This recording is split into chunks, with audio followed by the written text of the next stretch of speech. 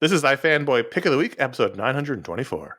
Brought to you by iFanboy listeners just like you. Hello, my name is Conor Kilpatrick, and this is my co-host, Josh Flanagan. What's up, kids? And this is iFanboy Pick of the Week, episode 924. And Josh, I am so excited to do the show this week. Mm-hmm. I'm excited to talk to you, as always. I really enjoyed my books this week. I was looking forward to record time, is what I'm saying. Well, that just put a lot of pressure on me. I hope you did too. I mean, I'm hoping it goes well. I'll tell you what's actually going on right now. Like, my body and mind are reconfiguring themselves to do this, and I'm not quite there. We're gonna go through. We're gonna be just fine. Yeah, but I haven't quite locked in yet. I went from nervous. Also, my neighbor gave me a bunch mode. of powder. I don't know what the powder was. Right. You're like, don't worry, I'll talk. I'll take over. I'm really excited. Yeah.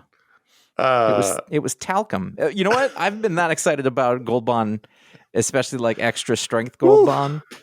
You know, like in like a humid city with a lot of walking. Oh yeah.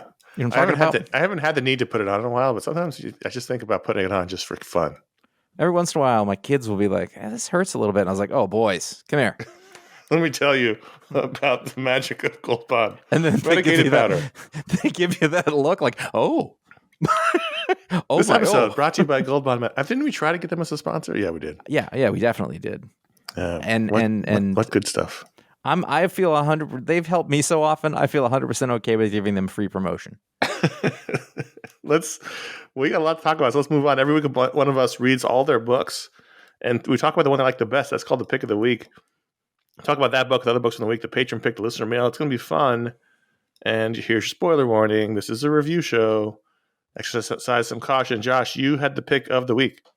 So this Avengers Twilight, book 5. I didn't realize until you'd point out that it's getting the black label treatment. It's a book 5 because that means that's like prestige. That's the prestige thing now. I don't buy physical issues anymore, so I don't know if there's a square bound. That used to be, and now it has to say book whatever, and you're like, oh, this is literature. And this is also the third of 5 picks for this series. Is it really? I thought I knew it had been at least one, and then I felt check to make sure. Another. I'm pretty sure it's third.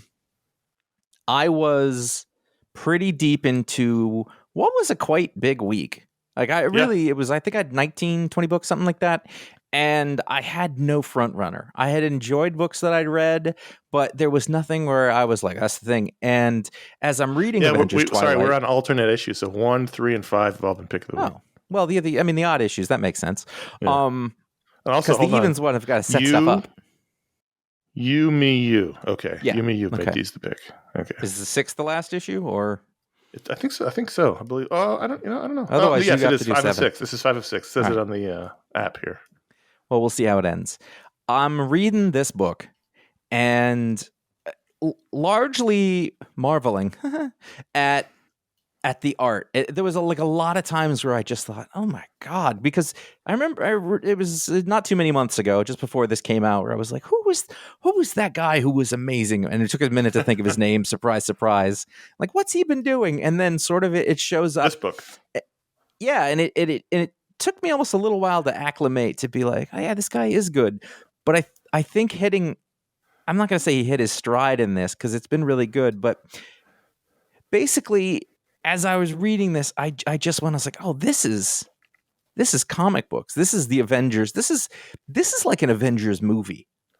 That's what this book feels like. This could be like a 2 movie. Like, this is epic enough, but also believable enough.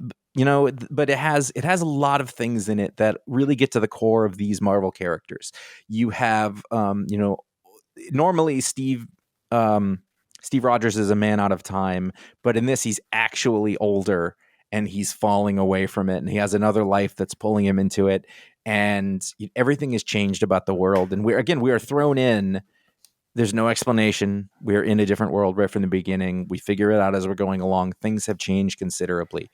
We have had revealed that, and I read this and I didn't look it up backwards, but I believe Jarvis, whose first name was Kyle. Is that correct? Kyle Jarvis? Book, well, not. It's not the Jarvis we know and love. That was Edwin. No, it's Jarvis. his brother.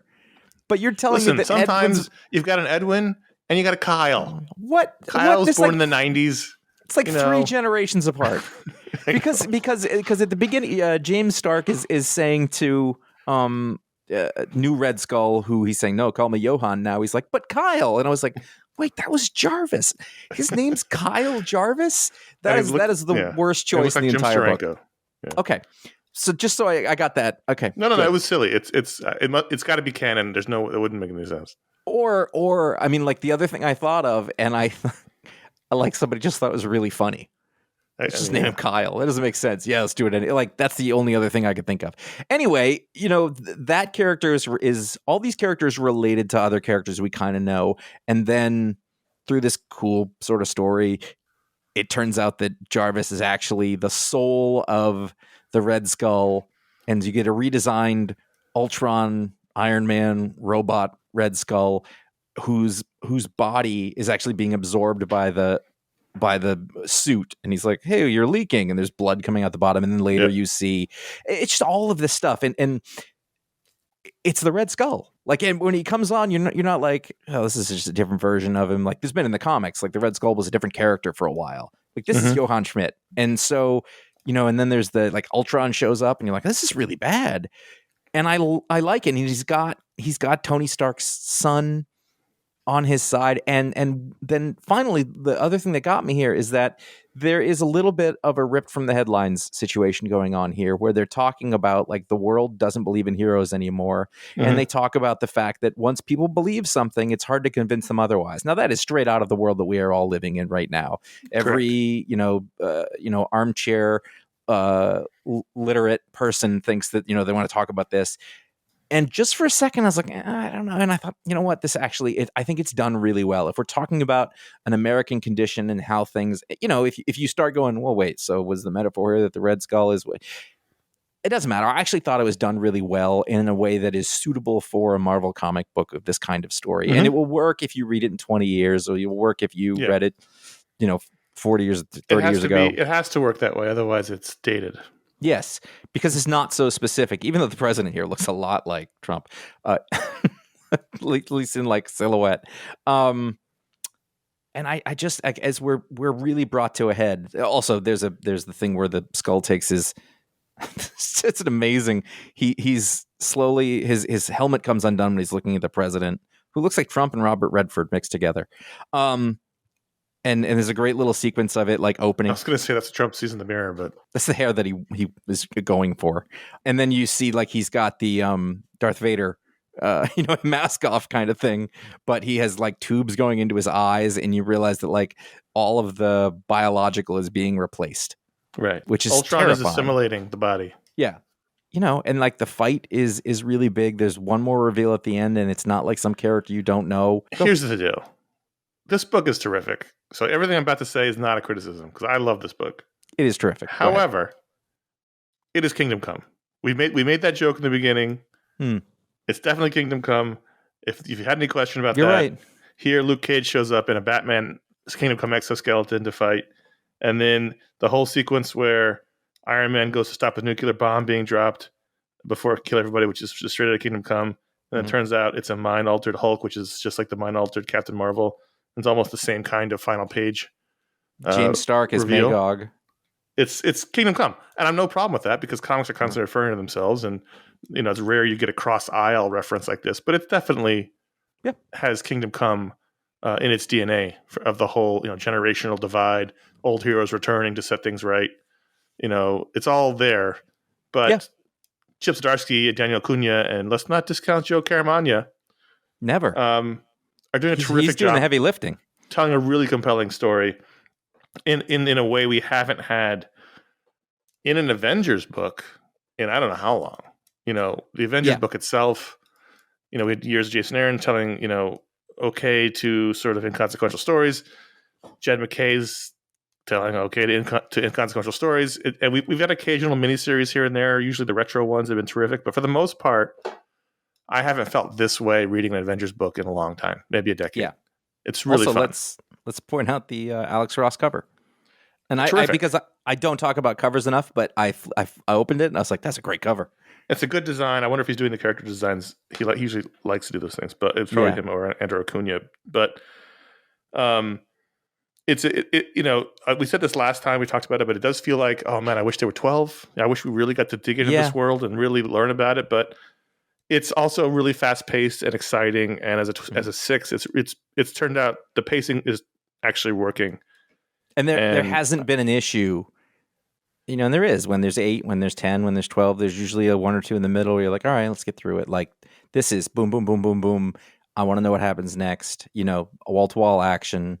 There's not a page in here that there isn't something just fantastic on. Not a page. Right. You can look at every page and you can find something great. I was also thinking about Acuna. He's guy's clearly doing digital, right? Yes, probably. But it's good.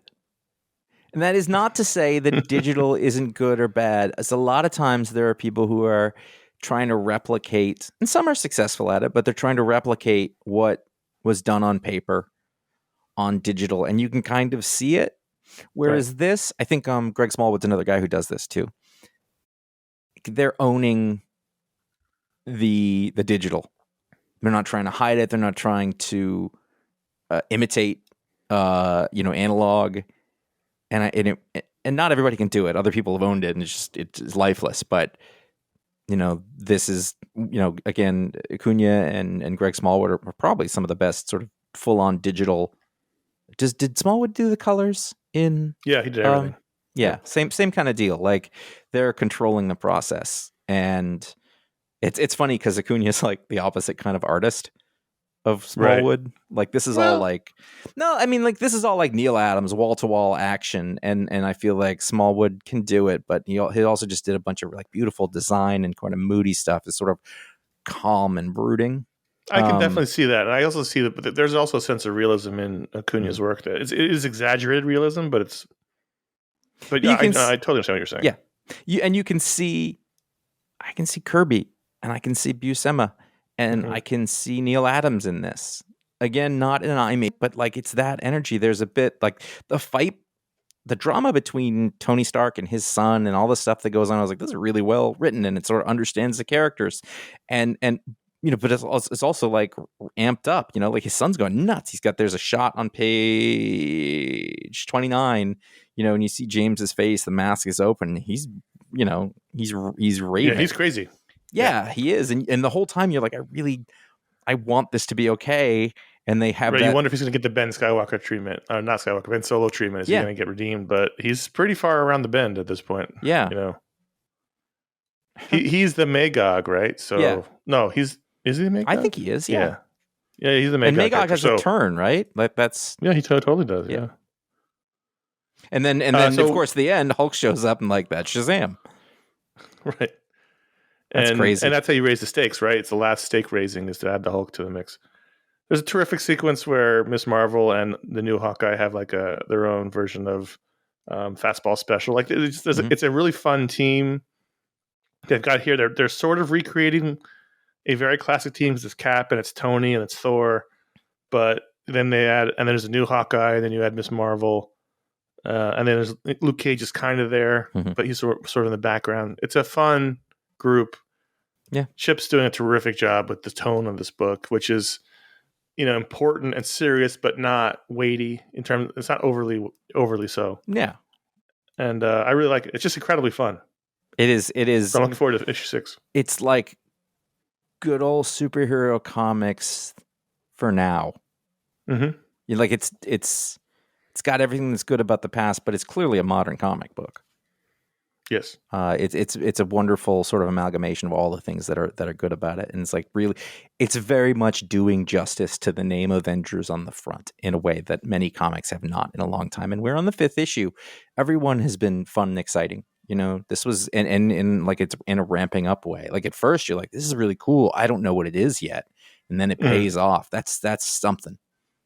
So many people can get away with the idea and sort of the introduction being like, that's awesome. And then having it sort of follow through. I mean, we don't know what the ending is like yet, but I've got a lot of trust in it. So I guess it could let me down, but I'm thinking it's not gonna. So let's discuss the X-Men. The Fall of the House of X. Fall of the House of X. All right. First of all, I would like to hope that the X-Men fans of this show, X-Men readers who have been listening to this show, who have probably been like feeling they got the short end of the stick for a while. I hope that they got some solace over the last, 6 months or so, as we've been really into this X-Men event, both of us. We've talked about X-Men more in the last couple of years than you and I had ever. Maybe the whole rest of the time. And I think that Jerry Duggan has done a wonderful job of sort of like I assume that X-Men people are getting a lot out of this, and I've been able to too. So I think that that's really nice. Well, who knows? X-Men fans are very particular. I don't even know. However, it's not a criticism. We used to host the show with one of them. However, I do think a little bit that this is where the stories, and I get you want to do this when you do comic books. It's turning into the end of the world. It feels like it's too much. I feel like the story this is the part got we too didn't big. care about. It was the space stuff. We didn't really care about the space stuff, which is fine. Was Krakoa always Groot? Is he not a Groot? Yeah, Krakoa is a living. It was a living island. It's personified. Right. Now he's a tree. Well, because they had shrunk him down, or something. Maybe don't make him look like Groot.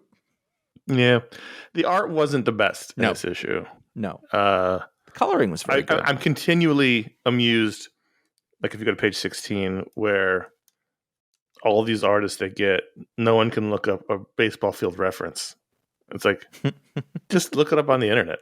It's just that the base that's between Cyclops' legs is next to the mound. Like, I don't know what happened here, but whoever drew this page, it was two artists, Lucas Warnock and Jethro Morales, on this book. Someone needed access to the internet to see what a baseball field looks like. It doesn't matter. The art wasn't the best. I'm hanging on by my fingernails for this finale because I am, I didn't want to just drop out right before the finale of this whole story that I've been reading this entire time, and I've been enjoying the Jerry Duggan parts, and the ending with Storm was appropriately exciting, mm-hmm.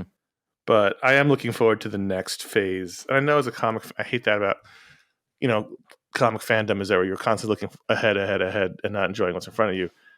I really like this Krakoa era. The ending isn't my favorite because it deals with the part of the story I didn't care about the most. So I'm just sort of reading it because I'm enjoying it, but I'm really just curious what's going to happen next. But it undercuts the whole idea that it was this humans against mutants thing, I think. And it was about they Earth. Had them aliens in. I know, but Earth and humans and mutants, and that to me is the story. That's the interesting thing. And so if you say at the end, well, it was never about that. It was about the AI the whole time. That's what it is. It's an AI panic story. I don't like that. Well, how do you get the humans and the mutants back together? Is you had the robots in? I guess, but the bad guys in this weren't human. The humans in this that were bad guys weren't redeemable characters. Yeah, most of them are dead, though. Yeah, that's true. They really have killed the shit out of them. You got to give them that. The pages with Apocalypse are much better than the pages with the other characters. Yes, those are good pages. I don't know who did those. Yeah. I feel like Lucas Warnock is a name I've seen before. So, off the show, just in our own personal lives, you and I have discussed John Constantine, Hellblazer, Dead in America. Mm-hmm. We haven't talked about the show too much. I think we talked about one of the issues. But the last time an issue came out, you and I both talked about it just on our own, saying, God, what is happening? Because we loved Cy Spurrier's run on the book. And then we loved that miniseries he did, which was really good. We got 3 picks of the week out of it. Yeah. Which was about England. This one is not good. However, this issue was good. Yes, that is kind of where I'm at. And I think for me, the big thing here is that I'm going to tread some ground lightly is what I'm about to do. I feel like throughout this Hellblazer in America thing, I have become slightly defensive about a British perspective on America because I think it's a little heavy. It's just it's a little basic. It's a little surfacey. It's a little on the nose in its criticism. It almost feels like, do you remember when we used to work for a British company and we'd go over to the office in England and they would criticize America? And Yeah. it's like, all the stuff you're saying is not wrong, but it's also very not nuanced. Well, and and they would be like, well, it's like this. And I was like, that's half of us. Like, yes, half of us are like that, but half of us aren't. And it's interesting because I was also thinking about the fact that, like, everybody can do this about Americans. British people, certainly, they do stories about America. British people write Americans all the time. Americans, I can't think of a lot of instances where we write about the British condition all that often, or like British politics or like culture. It's like we can't figure it out, but they can do it the other way. It's very strange. But I was a little like, that, but again, that said, the themes in this, the sort of solution to this problem, the story that goes on in this issue, despite some of the ham-handed stereotypes of middle America, basically, like it's so easy to, and that's what it is. It's like they're stereotypes that don't really follow through. Now there are people like that, but it's a little sort of a cartoon version of people. But the story that takes place in this one, and the way that there's a town that has a sickness, and because of it, Swamp Thing's stuck in a cornfield or something like that, and the sort of way that they bring it out and what it means, and even that was a little on the nose, but I thought the story was well done, and the way that it was revealed was well done. So structurally, I thought that was really nice. The other thing I think going on here is that I actually really like the interactions between the characters in this. While I'm not enjoying the sort of like, here's what's wrong with America, I think this little group of characters, Constantine and the Scottish girl and his mute son, is really interesting. The Swamp Thing and Constantine has always been good, and then you got that other lady in the bottle, and then finally Sandman. Like, all that stuff is actually pretty interesting. This was like a special that came out, like a one-shot Hellblazer book, I'm like, wow, that was great. Yeah, I just couldn't tell you if this tied into the rest because it has so not stuck in my brain what the story of this book is. He's retrieving the sand. That's all. That's the overall story. He's looking for Sandman Sand. But like, I don't remember if this town story was a thread line or this is a new thing. I just couldn't remember because it's new. They're going there. It's a road trip. Right. I'm just saying I didn't remember because the through line of what's been happening in the book, other than the Sandman stuff, has not stayed with me because I don't find it that compelling. So this particular story, where he and his son go to this town where this football team has done horrible things to women, and they're not getting punished for it, and they end up punishing them, was really good. Really, really good. And the method by which they're punished is pretty rough. Right. In a good way. Good. And then the Sandman, not Sandman, this Swamp Thing stuff was good. Aaron Campbell has drawn all of these stories for Side Superior. He's still terrific, but this was the first issue that really, I realized that this was a good issue. One thing that was actually really nice too is I thought that I did it too. Swamp Thing is basically like, well, fuck humans. You're a disease. Yeah. And like, he kept going on, and I was like, this is a fucking bummer. And they do the thing where like, well, there's good in them and you can be saved. And I mean, it's a little touchy-feely, but I was like, okay, I needed that because it was too much of a bummer. And I don't want Swamp Thing to be like, fuck humans. Like, that's not... Well, that was kind of also in the vein of the criticizing of America stuff. Sure. Like, okay, well, what else you got? Like, and you're right. Like, you want you want Swamp Thing. Why did that happen? You want Swamp Thing to be a bit more human, especially in a world where there's all these magical abilities and you can do anything. That's the problem with and we've always said this is the problem of dealing with real world problems in these fantastical worlds, is that in reality, any number of characters in this DC universe could fix climate change. Right. If this was real. And so the problem with dealing with it is like, well, why doesn't that guy fix it? Why doesn't Firestorm take all the stuff out of that? It's just, that's why it's just better not to, because it's a problem bigger than the DC universe, and yet smaller within it. So that's why I was like, okay, well, I mean, I'm pretty sure some of his buddies could get together and fix pollution. Yeah. The football player in the bathroom looked about 35. Yep. I was actually just thinking that. I just think that I don't know. It feels it's like knee-jerky liberal, like look at the rednecks. Just by the way, did you see the Maria Lovett cover? Alternate cover? Yes, really good. Awesome. I was like, who's really that? Good. And I was like, oh, cool. It's the Crave lady. Yeah, really good. I mean, look, this was a good issue. Yep. This was I was kind of dreading reading it. Yeah. And I started to, and I was like, oh, okay, this is good. And by like 3/4 of the way through, I was like, I'm really into this. And when I finished, I was like, oh shit, that was good. Yeah, it was. And the reveal of the solution or the comeuppance, I thought was like, 'cause for a second I was like, did I miss it? And they really like made you wait for it. So it was the last thing in the book. Wonder Woman #8, Tom King, Danielson Pear. So now we're back to the story. Last issue was that sort of side story, which I assume was to keep Danielson Pear on time. And thank you. So we're back with the main story in which Wonder Woman is being held captive by the King of America. And this was a very disturbing issue. I loved it. And I thought that it was worth mentioning because of that. Like, anytime a comic can have or cause in me an actual, like, you know, physical feeling, because I'm dead inside. It's worth noting. Like this whole issue, she's tied up with the lasso of lies, and he's trying to sort of, you know, make her submissive, and so she's stuck in this fantasy 50s fantasy because it's not real, not because it's good. This fantasy 50s world where she's married to Steve Trevor, and she's the perfect 50s housewife, and he's an asshole. You make Don Draper look like a super dude. Yeah, and Steve Trevor too, which is all the more.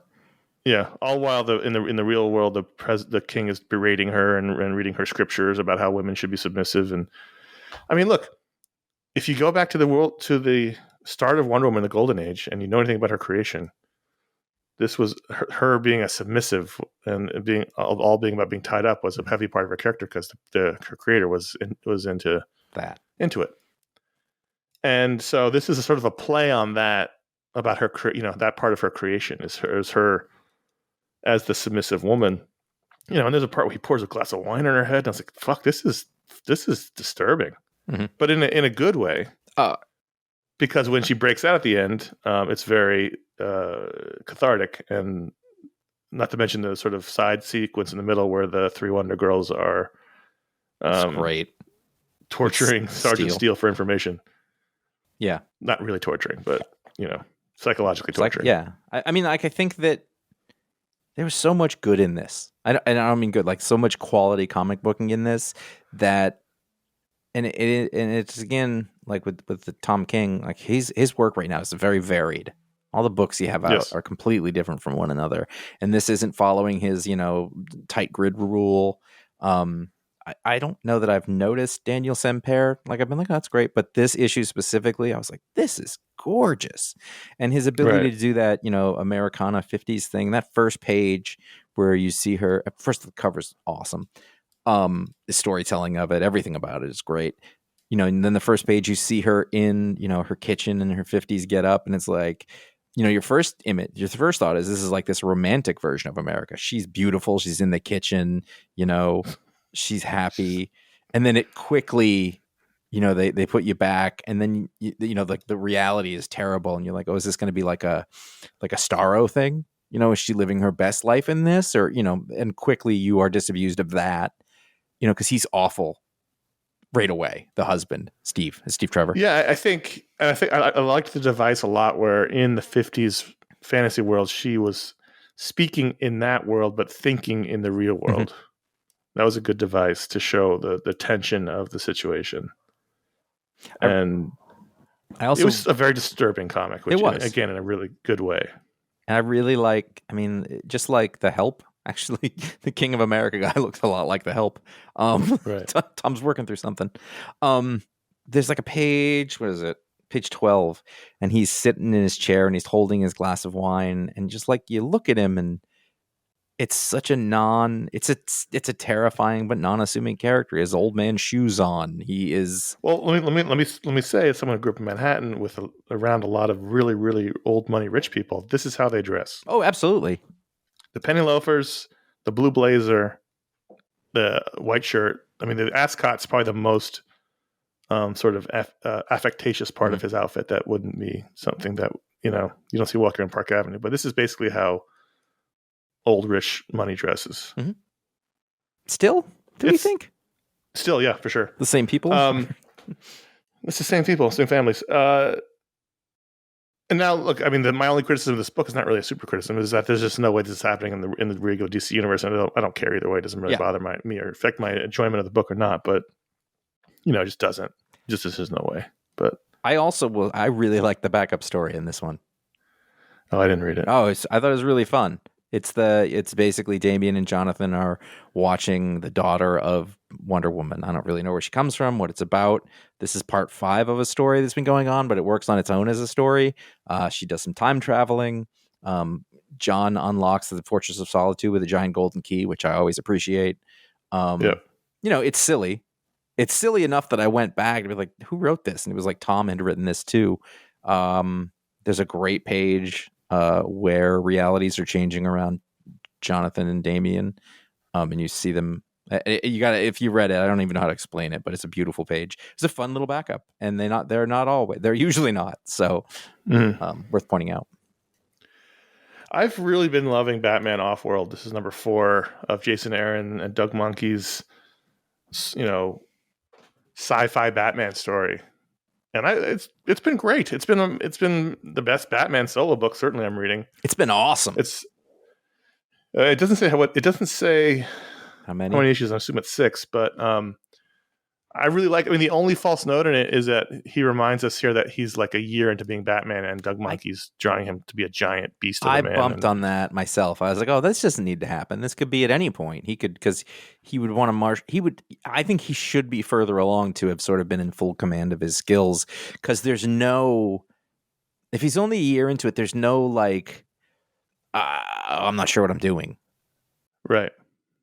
And no, you're right. It doesn't make sense. No. However, that aside, it doesn't make sense 4 issues in. Like if you'd said at the beginning, I probably would have not noticed it or forgotten about it. But at this point, I was like, "Come on, this is full on Batman." Right. His army against the slavers of the universe, particularly this one company, has been really compelling, and I like the little group he's got around him. He's got this like crazy alien wolf. He's got this funny robot. He's got this Punchbot. Somewhat love interest Tamarian character. I love it. Who take her back to the Wayne Manor and see how happy she is. She's out of there. The first cocktail party she's going to go to. But like just really great Jason Aaron badass moments, like at the beginning when he's sort of zapped in by the Zeta beam and the guy had ordered an army. He says, "Where's my army?" He says, "I'm the army," and then he beats them all up. And then I thought the introduction of the Thanagarian character was terrific, so much so I thought that was the final page. Yeah. I was like, "Oh, that's a cool final page," and then it kept going for another like 12 pages. He's just creating this awesome little sci-fi. It's an Elseworlds Batman story basically, and it's really fun. Like 70s adventure romance. It's a fantasy story. This could be a Conan story. Just you just change the setting to spaceships and stuff. It's great. Right. You've just taken the character and be like, we put him here. Like he could have done this exact same story, in medieval times or in like Samaria. This is a Conan story where like you could totally make Batman Conan and make it set in the Hibernian Age, have him setting slaves free. He's in love with one of the slave girls is in love with him. Mm-hmm. She's also a badass. This is essentially what Jason Aaron was doing on Conan the Barbarian. Yeah. I didn't realize that till you just said it. But I didn't either till I said it. But I was sort of like, what's the feeling I'm going? Because I was like, there's something 70s about this. And I was like, it's the sci-fi. And I was like, oh no, it's like Savage Sword of Conan. It's awesome. Mm-hmm. But it's a really fun book. None of it rings false. Like I want this version of Batman.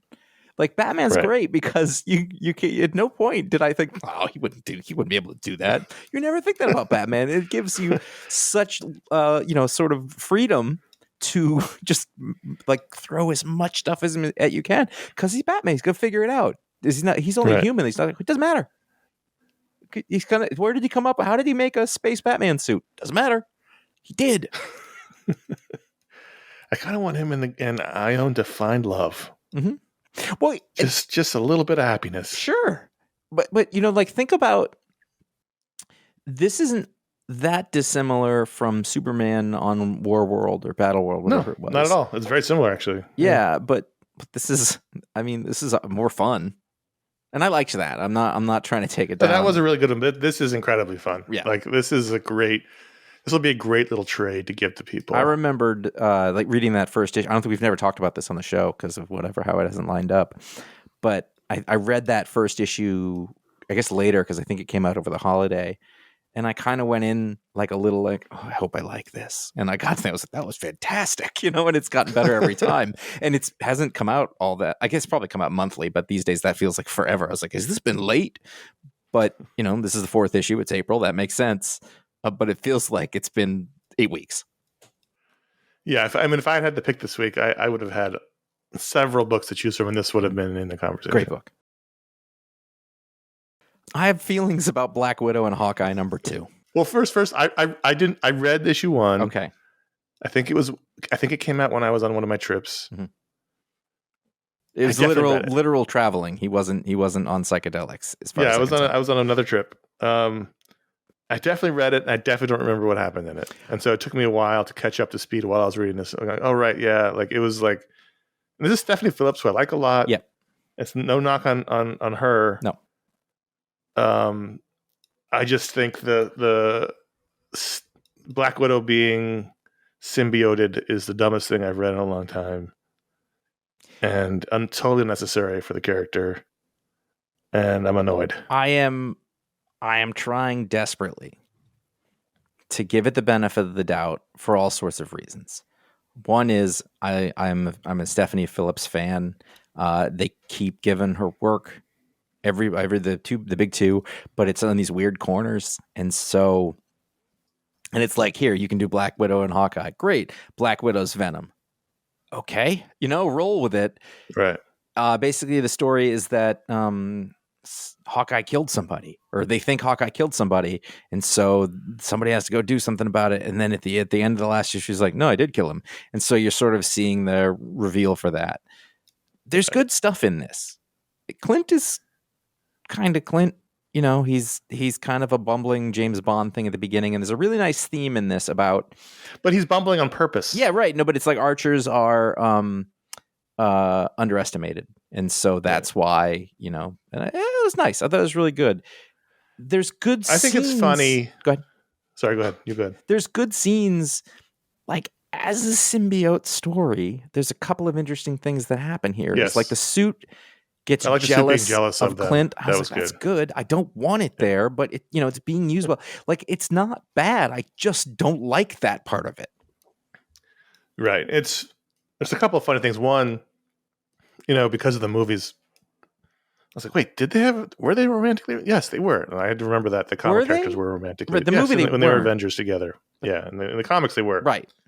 Because Clint and Natasha, both of them. Like his primary exes are like Mockingbird and Black Widow. Mm-hmm. Those are like his two big ones. Yeah. I find it continually hilarious that they've basically gone back to giving him a full-on purple suit again, everything but the mask. Mm-hmm. Like they just won't do the masks. He's got a full-on purple suit now. Full. Every part of his body's covered with purple up to his neck.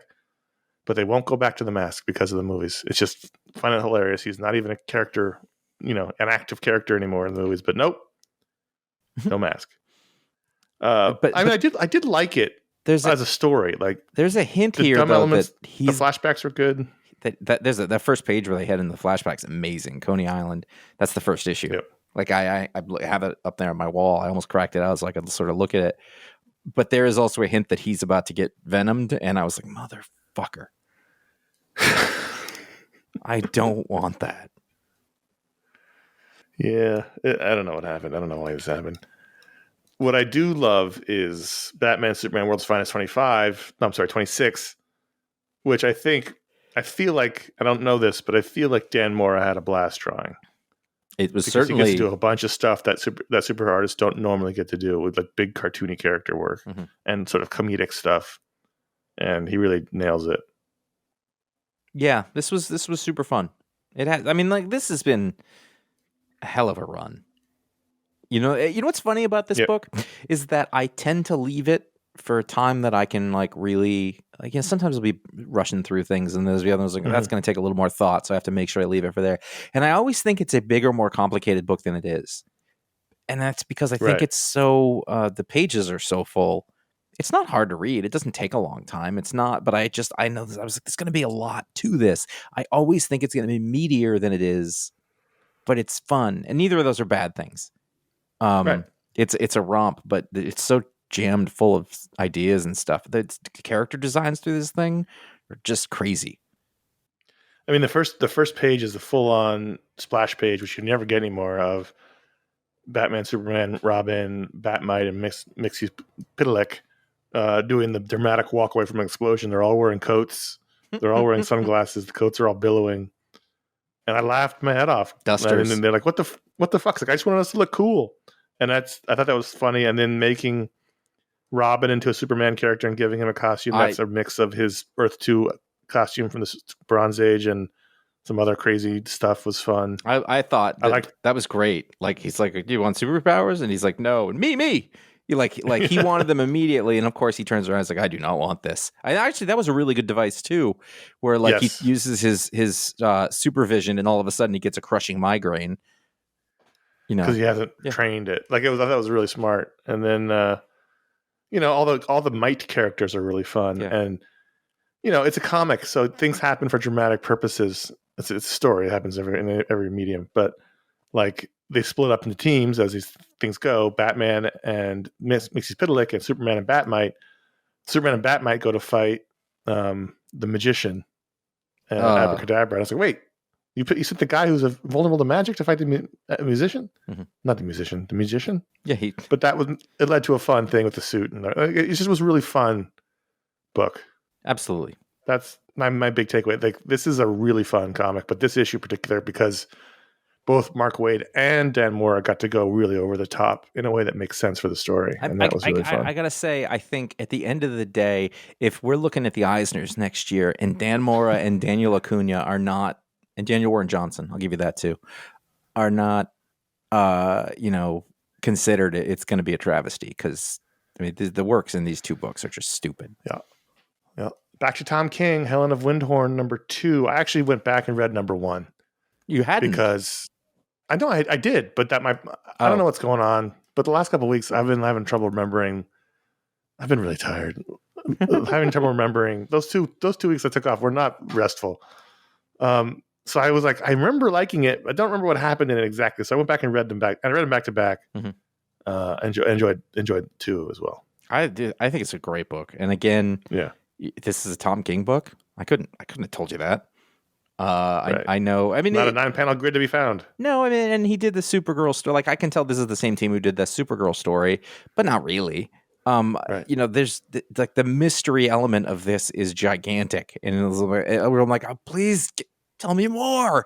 And I don't. It's going so slow. Like they're sitting down to dinner with the patriarch character, and you're like, all right, here we're gonna get somewhere. And all he does is grumble and eat, and it's just like we are feeling what Helen feels. And then just because we are seeing it through the eyes of the governess.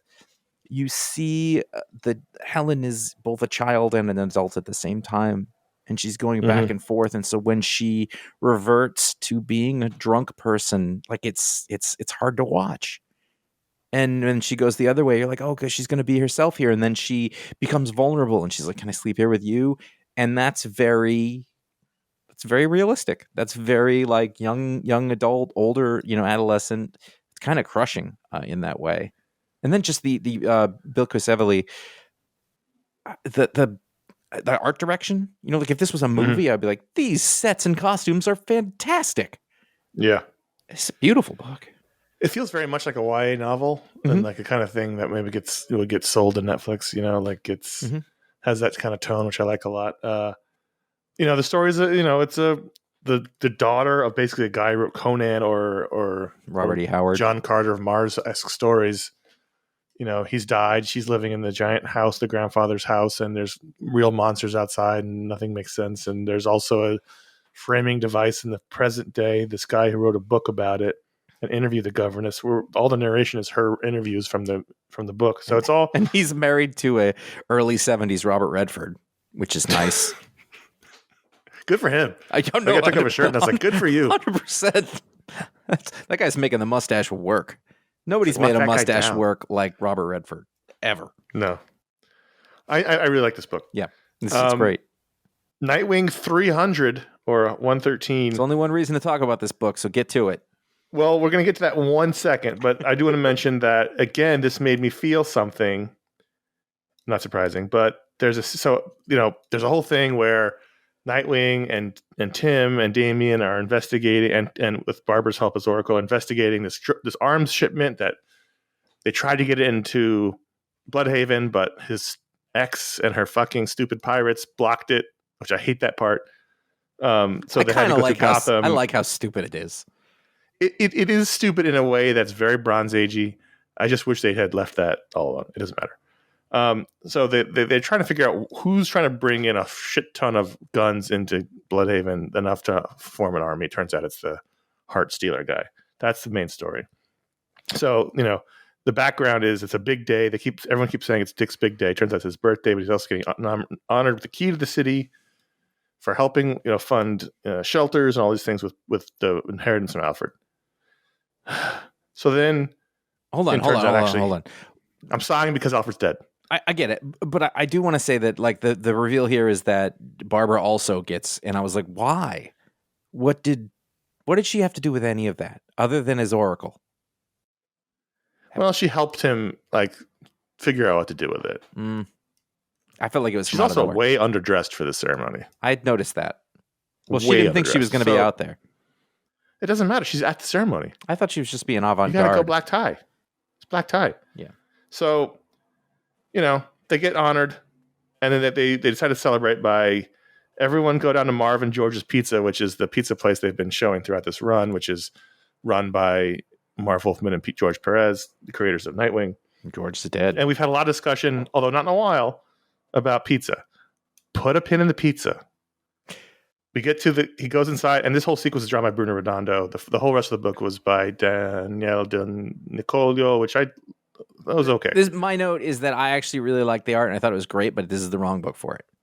All the Robins looked exactly the same. This was the wrong issue, too. The big 300 issue. Yes. It really was too much of a change. I like Bruno Redondo doing a handful of pages. I thought was poorly planned. Basically. At least bring back some classics. Bring back Scott McDaniel. Bring back other people who are known for drawing the book. Like, I was really surprised. Anyway, he goes into the store to thank Marv for baking 150 pizzas or 56 pizzas. And they have while they're talking, you see behind him a framed photo of George, because apparently he has passed just as his real life avatar has. And also Marv Wolfman helped write this scene, by the way. Did you notice the pages though? Like, it doesn't make sense. Actually, you know what? No, the pages do not. Pages in the credits do not correspond to the pages in the digital reader, which is why I was having trouble with it. I just figured that out. So the last panel in that scene is, Marv's giving him a pep talk saying, you did a good job. It wasn't just, you didn't just spend money, you did good with it, et cetera, et cetera. He says, he puts his arm on Dick's shoulder, says, "I'm so proud of everything you've done, Dick." And George was too. And that line got me. Oh. When he said, "And George was too," I literally started choking up because, the weight of George Perez's death sort of hit me that moment. Mm-hmm. And this scene, and Marv saying it, Marv having written the dialogue.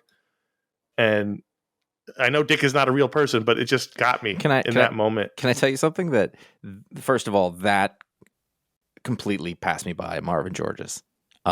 Totally. Like, I think we mentioned it before. You're saying it now, and I was like, oh, I get it. Also, that's not what I think of Marv Wolfman as looking like. He looks different in my mind, because in real life, 20 years ago, he looked different than this. I don't know what he looks like now. He does look a little bit like this now. I didn't see George Perez on the wall. And then when you just said that, I got a little emotional. Like, I felt it. It got me 100%. Like, it got me. We follow these people professionally through their whole lives, right? Mm-hmm. Reading these stories, and then they pass on, and the characters it created still there. And then you're in this weird moment where the characters are on the page, and they're speaking as if they're like it's all mm-hmm. wrapped up in the whole craziness of being a comic fan and a comic creator and all this stuff. And it just got me in that moment. Let's talk about the pizza. Okay, so I thought it was mostly on point. Okay, well, hold on. There's a couple that aren't, but mostly on point. We cut to the big shot outside Marvin George's, and I have not really been into Danielle Di Nicolo. Right. But then I go, well, Danielle, presumably is she, has seen pizza before. You will notice all the pizza is doing what it should. There's a flop to it. The edge of the pizza is dipping down. The pizza physics is good. The pizza physics is good. Somebody's taking a bite. This woman at a table. She's holding it correctly. Her mouth is open. There's a lot of holding the pizza over the plate. That's the only, not her. The one, whoever's next to her. Yeah. That's the only one that's a little iffy. He's holding it like the pizza a book. is floating and floating in midair, but the rest of them, I was pretty impressed. Comparatively. So then you go to the Bruno Redondo pages. Bruno Redondo, one of the most exciting up-and-coming artists I've seen before. The pizza that the kid is eating outside with the dot pitch. Yeah, that's not the same pizza. What is that? It's a frozen pizza. Is that a tomato? It's a frozen pizza because it's got no weight. It's got like anyone knows. You grew up if you lived in New York City or visited it. Mm-hmm. You got to really support that pizza because it doesn't have the structural integrity to stand on its own like that. The pizza's not going to do that without the fold, and it's not the same pizza it's not the fresh, drippy, lovely fresh pizza out of the oven pizza. That's not what's happening. Where it's too hot for your mouth, but you go for it anyway. Oh man, I have burned the roof of my mouth a lot of times. A lot of times. But I was impressed by the Italian artist's grasp of pizza physics. I shouldn't have been. I like how even in the way back, like the figures become sort of impressionist, but the pizza slices are still floating. Still floating. It's nice. It respects that there's pizza everywhere. There's only one. I mean, other than the floating pizza by the guy at the table, the Dick Grayson himself in the middle of the panel, he's talking to Barbara. He's going to drop that entire slice. The cheese is going to slide off. That cheese is sliding right off, and that dog is going to be on it. The dog is staring at it. That is actually the Nightwing is ready to pounce on that cheese because that's coming right down. I like the guy on the right who's double fisting, and he's eating that piece. Yeah, he knows what's up. Yeah, but he's gonna get grease is gonna run down his arm and chin. But at a party like this, you don't know if you're gonna get a second. So you better grab two while you're there. That must still be a thing. Like when the pizza arrives, like at college, and you've got to try to get 2 slices in your hands before A, somebody eats the rest of it, and B, somebody makes you pay for it. So he made 56 pizzas, right? So it was 8 slices of pie. That's go ahead, do that math. 448 slices. My God, you should be able to get 2. And it's just the one guy. Well, he's got a crew, but he doesn't have George. I was very happy that I saw that page and I was like, "Oh, mama!" All right. Immediately, I locked in. That's probably why I missed the whole part about Marvin George because I was literally just like, "All right, we need this for this show." No, I was writing material. I didn't write anything. And so then the weird thing was there's a backup story by Michael W. Conrad and Howard Porter, both super fine creators. We love Howard Porter, a special place in our hearts as the JLA artist. Michael W. Conrad does really terrific stuff, but why are these guys doing Nightwing 300? Why isn't it Scott McDaniel? And I realized Chuck Dixon is persona non grata, but listen, I'd been fine if he came back for this because he's incredibly important to Nightwing, and you can't discount that. He's a hell of a writer.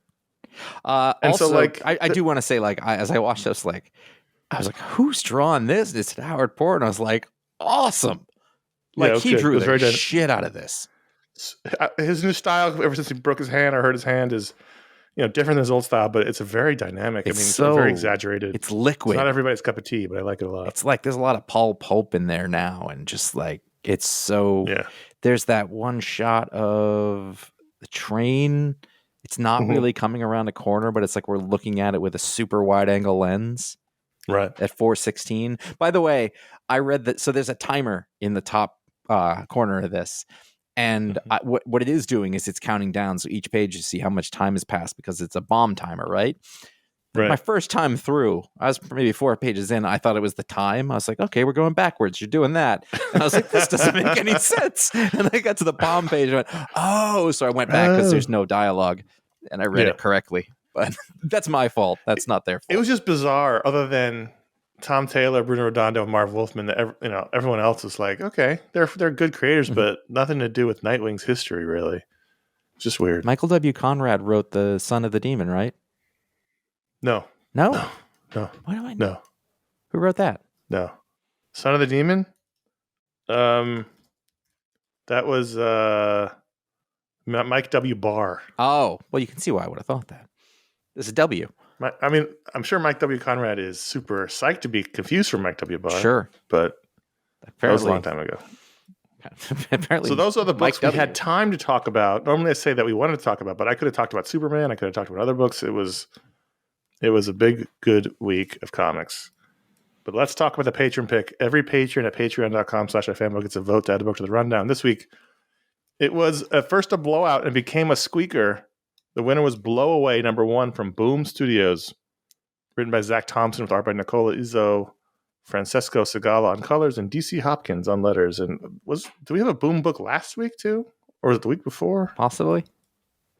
I don't want this to be a spoiler for the whole thing, but I read this early on, and so when I was putting the script together and I saw the thing, I was like, "Boy, I don't remember a single thing about it."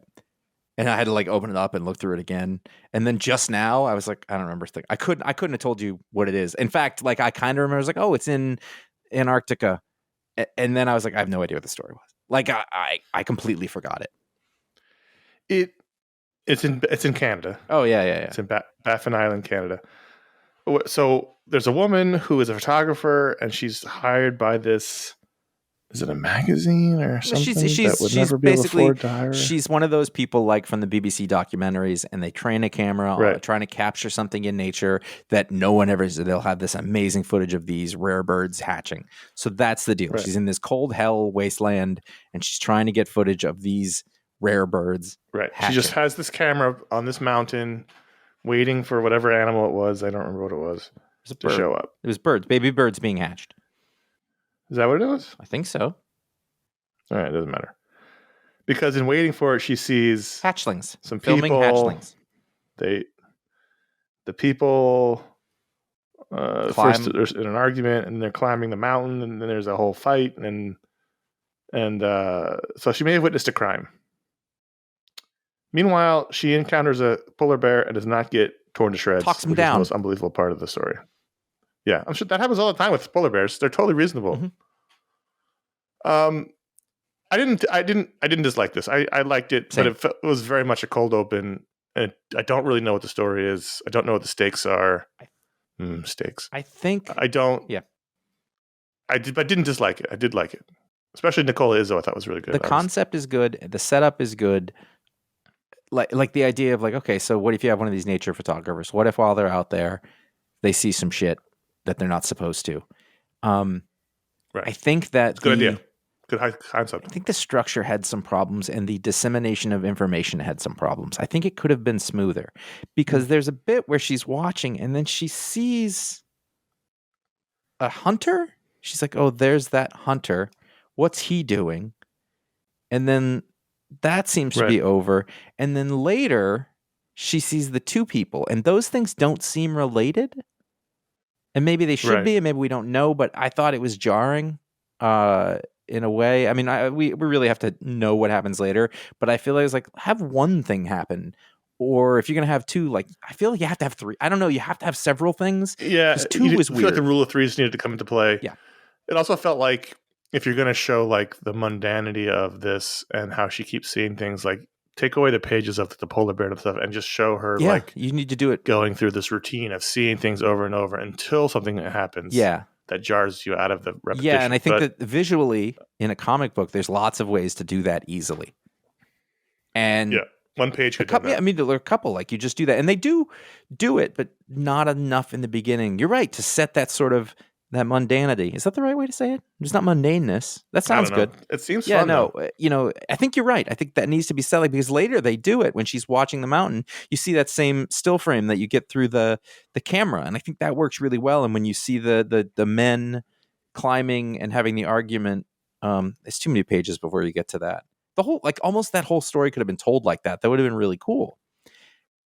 The page, where they fight. Yeah, and in the end, there's a whole thing where she goes out to investigate because they've fallen, and then we see her through the lens of a sniper rifle, and someone's got a rifle front. Like there's a lot here. There's a lot of possibility, but I didn't finish it going, wow, what's going to happen next? I finished it going, interesting. Yeah, I mean, like it's like, okay, you're not quite good enough yet, and not even like, but it's just raw, but not bad, not at all. Like a promising rookie. Trying to figure out the baby steps. That said, like I said, I really didn't remember what happened at all until I went back through it. I also am having trouble with the title "Blow Away." I really feel like it should be blown, and it's almost like a command. What should I do now? Blow away. Like it's right. I don't know. Like the words feel weird to me. I think I maybe like it could like the script and the layouts could have used another pass.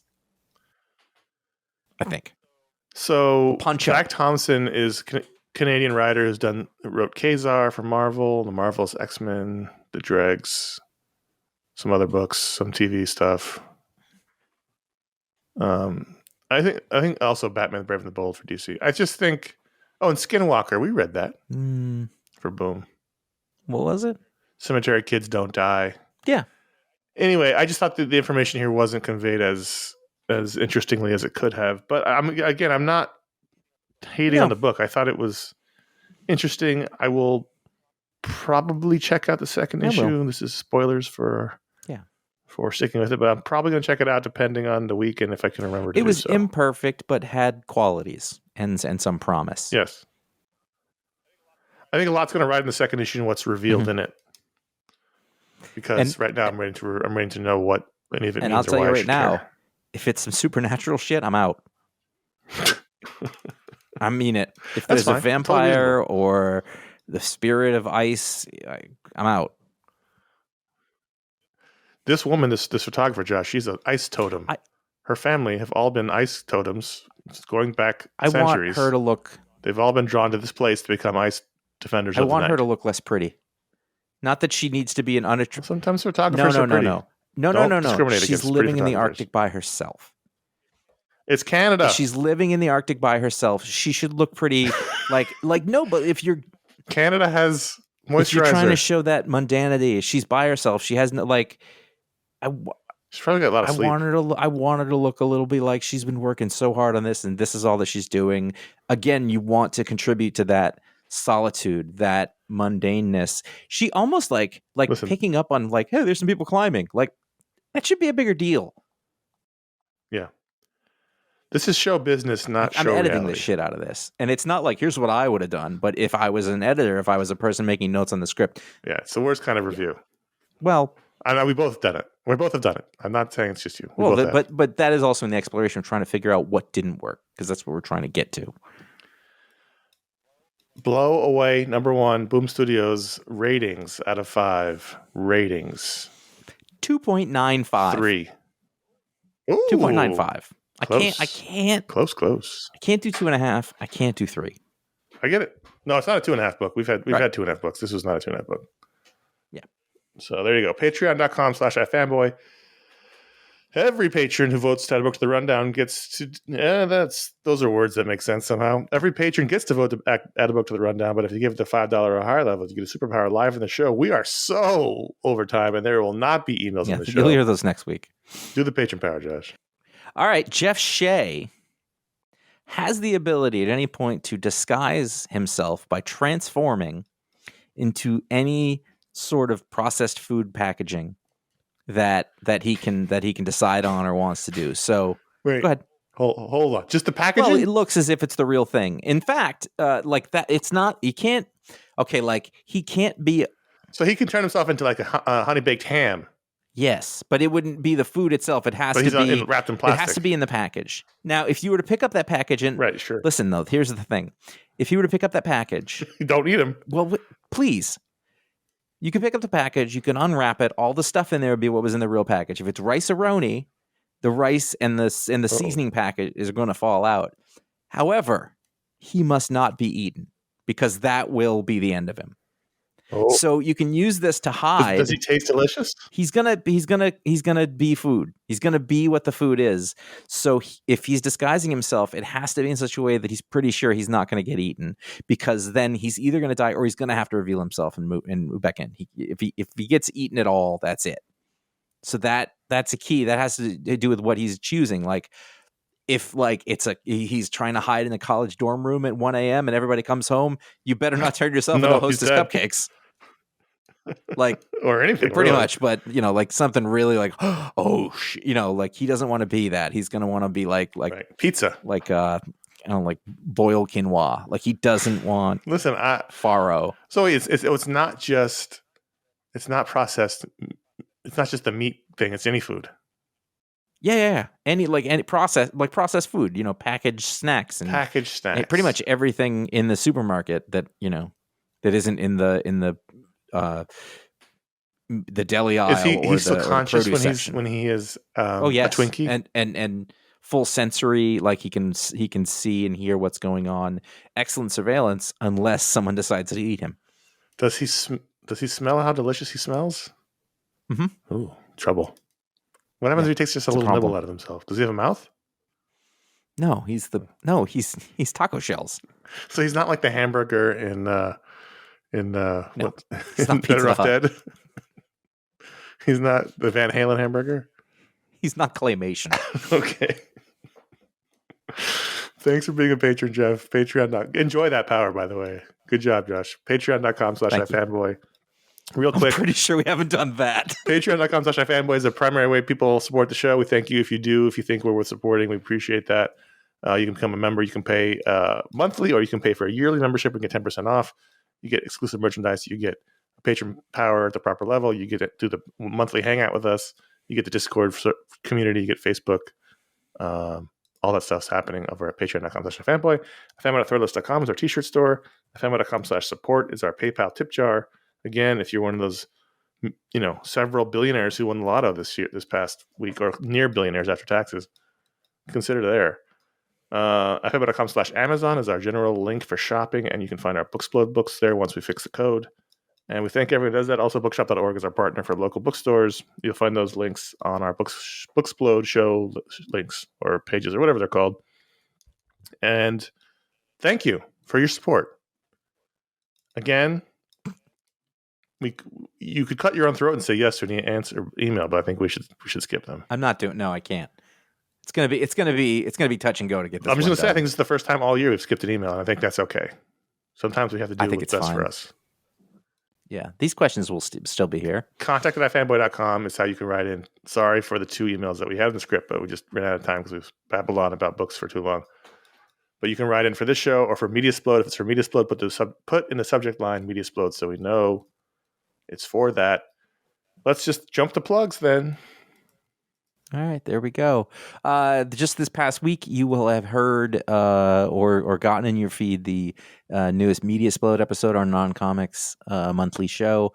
We talk about Dune Part 2, and we complete the first ever playing of our What to Watch Next challenge. In the last Mediasplode, the other two voted on what the third must watch from their to watch list, and we each watched a couple episodes and then talked about it. Yeah, it was good stuff. I enjoyed it. The real thing is we have to do it from a show not on the to watch list, so we can make Josh or Ron watch either Friday Night Lights or Fargo. Friday Night Lights, yeah.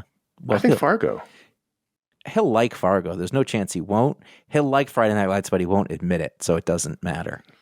That's a different thing.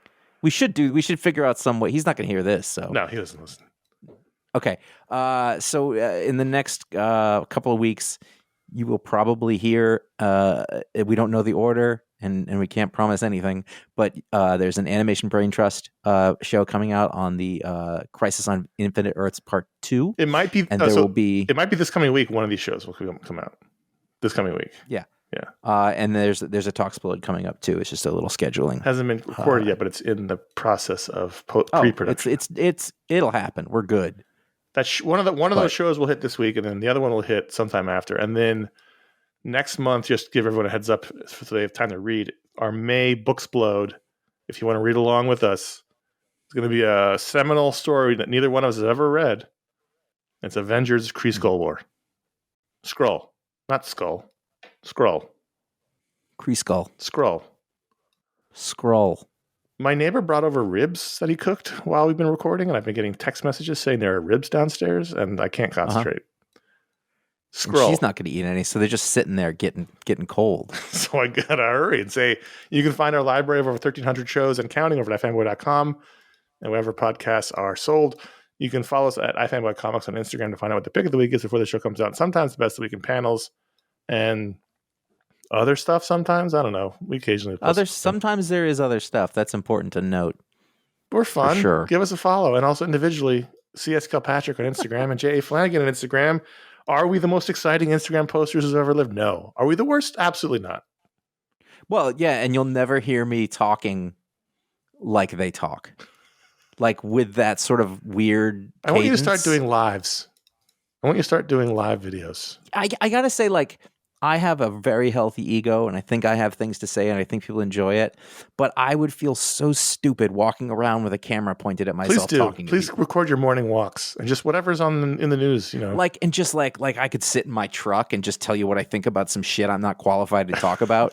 or the worst, I read a fucking Wikipedia article and I'm just telling you what's in it. Right. Did you know that actor yes. Ian McKellen didn't know that This is the future of entertainment, Josh. Don't knock it.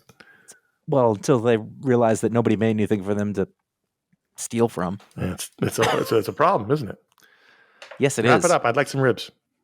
Okay. Subscribe to youtube.com/iFanboy, which I was just kind of making fun of a little bit. We're really more social media in that way. Hoisted by your own petard. Yeah, that's fine. My petard is quite stretched at this point. Where you'll find all of our old video shows, and we'll post this audio show every week if you want to listen to it like that. Likes on that are fine. If you can subscribe to it. We're not starting a new video show anytime soon, so it wouldn't be like, well, I don't want to miss one. Unless it's Josh's daily walks. Josh talks. You know what? I bet there would be about 20 to 50 people who would enjoy that. I think that show we joked about when we did that open water conversation about you going around your town, knocking on doors and asking if they've heard the good word about Jack Kirby is a show waiting to happen. If you like this show, you can do a star rating or leave a comment or do whatever on whatever it is you listen to the show on. That always helps. And we thank you for doing those things. Let's bring it home, Daddy. Did you do all the bot? Oh, you did that part. Okay, thank you for listening. Yeah. This was incredibly fun for me. Yeah, it was good. I hope you at home enjoyed it. I hope you, Josh, enjoyed it as well, obviously. I got into that mode. I hope the listener enjoyed it because that's why we're here, to make a little bit of fun for you for an hour a week talking about comics, and we hope you appreciate it. I had a good time. My name is Conor. I'm Josh. Thanks, everyone.